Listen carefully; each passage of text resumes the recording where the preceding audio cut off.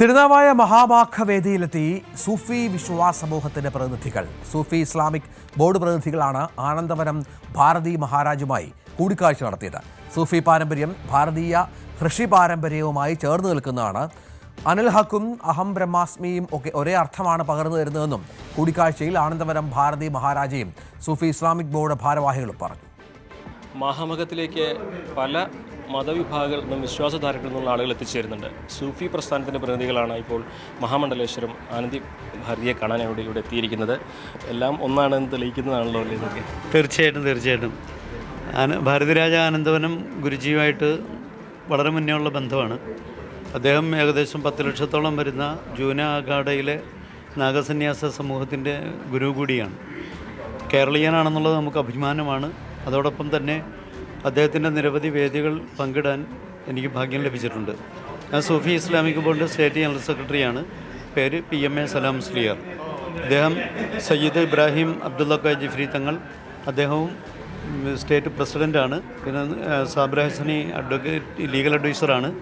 അദ്ദേഹം ഇതിൻ്റെ പാലക്കാട് ജില്ലാ പ്രസിഡന്റ് ഡോക്ടർ ഫസലാണ്. ഇപ്പോൾ സൂഫി ഇസ്ലാമിക് ബോർഡ് പോലെയുള്ള പ്രസ്ഥാനങ്ങൾ, സൂഫി സമ്പ്രദായത്തിലുള്ളവർ തീർച്ചയായിട്ടും മഹമഹോത്സവത്തിൽ പങ്കെടുക്കുക എന്നുള്ളത് ഭാരതീയതയാണത്. കാരണം ഏകം സദ്വിപ്ര ബഹുധാവദന്തി എന്നുള്ള കാഴ്ചപ്പാടാണ് ഭാരതത്തിൻ്റേത്.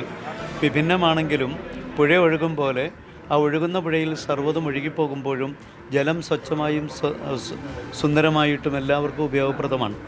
ഭാരതപ്പുഴയുടെ ഏറ്റവും വലിയ പ്രത്യേകത തന്നെ ഇന്ത്യയിലെ എല്ലാ പുഴകളും സമ്മേളിക്കുന്നതും ആ ത്രിവേണി സംഗമം പോലെ അത് നിലനിൽക്കുന്നതുമായ ഒരു മഹാ ചൈതന്യമുള്ള പുഴയാണ്.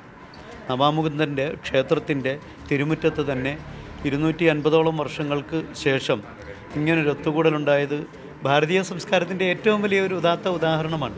ഇത് ലോകം മൊത്തം അറിയണം. ലോകത്തിലുള്ള എല്ലാ വിഭാഗവും ഇത് ഉൾക്കൊള്ളണം.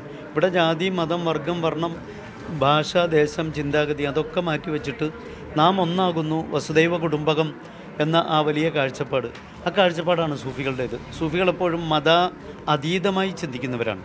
മതാന്ധമായി ജീവിക്കുന്നവരോ മതതീവ്രതയ്ക്ക് പ്രാധാന്യം നൽകുന്നവരോ അല്ല. അതുകൊണ്ട് തന്നെ മതാതീതമായ ആ കാഴ്ചപ്പാടിന് ഭാരതത്തിൽ ഏറ്റവും വലിയ സ്ഥാനമുണ്ടെന്ന് വിശ്വസിക്കുന്നവരാണ് സൂഫികൾ. അതുകൊണ്ടാണ് ഇതിൽ പങ്കെടുക്കാനുള്ള പ്രധാന കാരണം.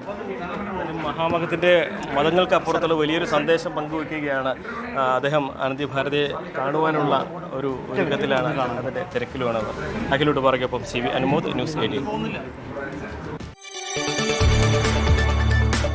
കൂടുതൽ വാർത്തകൾക്ക് news 18 Keralam YouTube channel subscribe ചെയ്യുക.